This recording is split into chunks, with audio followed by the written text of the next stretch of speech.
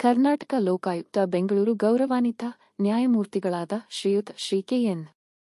ಫಣೀಂದ್ರ ಗೌರವಾನ್ವಿತ ಉಪಲೋಕಾಯುಕ್ತರು, ಕರ್ನಾಟಕ ರಾಜ್ಯ ಇವರಿಂದ ಸಾರ್ವಜನಿಕ ಅಹವಾಲು, ಕುಂದು ಕೊರತೆ, ದೂರು ವಿಚಾರಣೆ ಹಾಗೂ ಪ್ರಕರಣಗಳ ವಿಲೇವಾರಿ ಸಭೆಯಲ್ಲಿ ಕರ್ನಾಟಕ ರಕ್ಷಣಾ ವೇದಿಕೆ ಸ್ವಾಭಿಮಾನಿ ಬಣದ ರಾಜ್ಯ ಸಮಿತಿಯ ಸದಸ್ಯರಾದ ಶ್ರೀ ಸಿದ್ದರಾಮ ಶಿವಸಂಗಪ್ಪ ಹಳ್ಳೂರರವರು ಇಂಡಿ ತಾಲೂಕಿನ ಮಿರಗಿ ಗ್ರಾಮ ಪಂಚಾಯಿತಿ ವ್ಯಾಪ್ತಿಯಲ್ಲಿ ಬರತಕ್ಕಂಥ ಮಿರಗಿ ಗ್ರಾಮದಲ್ಲಿ ಸುಮಾರು 20 ರಿಂದ 25 ವರ್ಷಗಳಿಂದ ನಿವೇಶನಗಳನ್ನು ಖರೀದಿಸಿ 250 ರಿಂದ 280 ಕುಟುಂಬಗಳು ವಾಸಿಸುತ್ತಿದ್ದು, ಇಲ್ಲಿಯವರೆಗೆ ಮನೆ ಉತಾರಿಗಳನ್ನು ಕೊಟ್ಟಿರುವುದಿಲ್ಲ.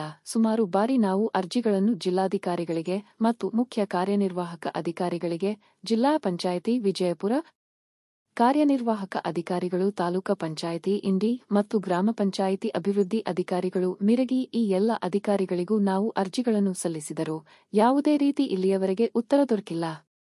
ದಿನಾಂಕ 23-10-2020 ರಂದು ವಿಜಯಪುರ ಜಿಲ್ಲಾಧಿಕಾರಿಗಳಿಗೆ ಜಿಪಂ ಮುಖ್ಯ ನಿರ್ವಾಹಕಾರಿಗಳು ವಿಜಯಪುರ ನಮ್ಮೆಲ್ಲರ ರಕ್ಷಣೆಗೋಸ್ಕರ ಪೊಲೀಸ್ ವರಿಷ್ಠಾಧಿಕಾರಿ ಈ ಎಲ್ಲ ಅಧಿಕಾರಿಗಳಿಗೂ ಮನವಿ ಸ್ವೀಕೃತಿ ಪ್ರತಿಗಳನ್ನು ನಾವು ತೆಗೆದುಕೊಂಡಿದ್ದು 2020 ರಿಂದ 4 ವರ್ಷವಾದರೂ ನಮ್ಮ ಅರ್ಜಿಗೆ ಯಾವುದೇ ಉತ್ತರ ಸಿಕ್ಕಿಲ್ಲ. ಆದ್ದರಿಂದ ಅಧಿಕಾರಿಗಳು ಎಷ್ಟು ಜವಾಬ್ದಾರಿಯಿಂದ ತಮ್ಮ ಕಾರ್ಯಗಳನ್ನು ಮಾಡುತ್ತಿದ್ದಾರೆ ಎಂಬುದು ನನ್ನ ಪ್ರಶ್ನೆ ಇದೆ ಎಂದು ಮಾನ್ಯ ಗೌರವಾನ್ವಿತ ಉಪಲೋಕಾಯುಕ್ತರ ಸಮ್ಮುಖದಲ್ಲಿ ಪ್ರಶ್ನಿಸಿದ್ದರು.